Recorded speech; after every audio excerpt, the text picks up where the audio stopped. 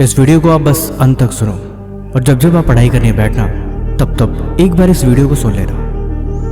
मुझे लगता है कि आपको हर बार ये बात याद रखने की ज़रूरत है कि इस दुनिया में, इस ज़िंदगी में आप अकेले नहीं हो। आपके जैसे लाखों करोड़ों लोग हो सकते हैं यहाँ पे जो ठीक आपके जैसी पढ़ाई कर रहे होंगे। उनकी भी मंजिल शायद सेम ही होगी, उन्हें भी वहीं तक पहुँचना होगा। कंपटीशन इतना टफ है कि कोई भी आपके सर पे पैर रख के भागने को तैयार है।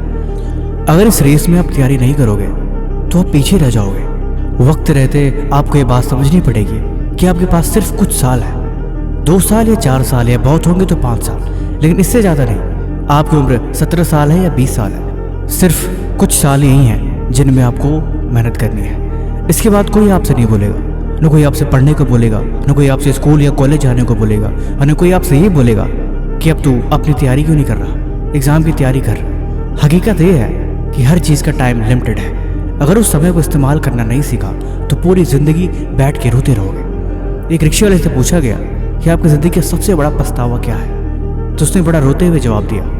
कहता है, मुझे अफसोस इस बात का है कि मैंने उस वक्त पे उस काम को नहीं किया जिस समय पे करना चाहिए था, लेकिन उससे भी अफसोस इस बात का है कि इस उम्र में उस चीज़ों को सोचता हूँ जो नहीं सोचनी चाहिए। पढ़ाई की उम्र में पढ़ाई नहीं करी तो अब भला इस बारे में विचार करके क्या फ़ायदा। मेरी कौन सी बड़ी जॉब लग जाएगी या कौन सा मैं किसी बड़ी कंपनी में काम कर पाऊंगा। मैं पढ़ा लिखा नहीं हूँ, अब मैं वही करता हूँ जो मुझे करना आता है। मैंने ज़िंदगी से कुछ नहीं सीखा सिवाय अब इस मेहनत करने के, और यही कर रहा हूँ। और शायद हो सके मैं उम्र भर पूरी ज़िंदगी इसी मेहनत को करते हुए गुजार दूंगा। उसके हाथों की लकीरें, उसके माथे पे लगा पसीना इस बात का गवाह दे रहा था कि समय की कद्र जो इंसान नहीं करता पूरी ज़िंदगी इसका उसे अफसोस रहता है। 2 बच्चे, परिवार, सारी चीज़ों को देखभाल करने के साथ जब इंसान को चलना पड़ता है तब पछतावा होता है कि काश जिस वक्त में मैं अकेला था उस वक्त को मैं खुद पे लगा लिया होता तो आज ये दिन ना देखना पड़ता। देखो, तुम इस बात को मानो या ना मानो, तुम इस बात को समझो या ना समझो, हकीकत ये है कि समय लिमिटेड है, बहुत ज़्यादा समय नहीं है। इन हाथों को, लकीरों को बदलने के लिए आपको बहुत मेहनत करनी पड़ेगी, हाथ पार मेहनत करनी पड़ेगी और हर रोज़ मेहनत करनी पड़ेगी। इतनी मेहनत करो, इतनी मेहनत करो कि आपकी हाथों की लकीरें बदल जाए। इतना पढ़ो, उन कापी किताबों पे इतना लिखो कि तुम्हारी नसीब बदलने को मजबूर हो जाए। यही वक्त है और यही वक्त बचा भी है। अगर कोई तुम्हारी ज़िंदगी बदल सकता है तो हो आप खुद। इस बात को आपको समझनी पड़ेगी। पागलों जैसी मेहनत, हद पार मेहनत तभी हो पाएगी जब आप इन बातों को समझ पाओगे।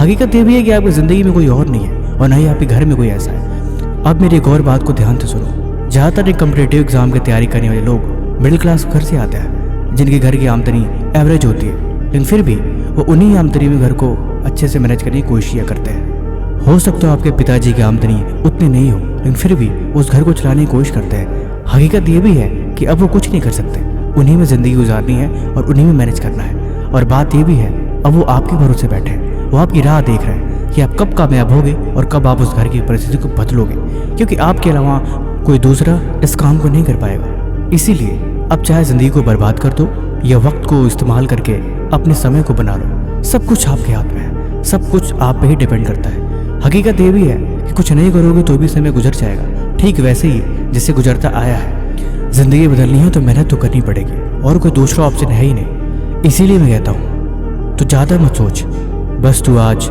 मेहनत करता जा, मंजिल तुम्हें आखिर में मिल ही जाएगी। बस तुम धीरे धीरे आगे बढ़ता जा।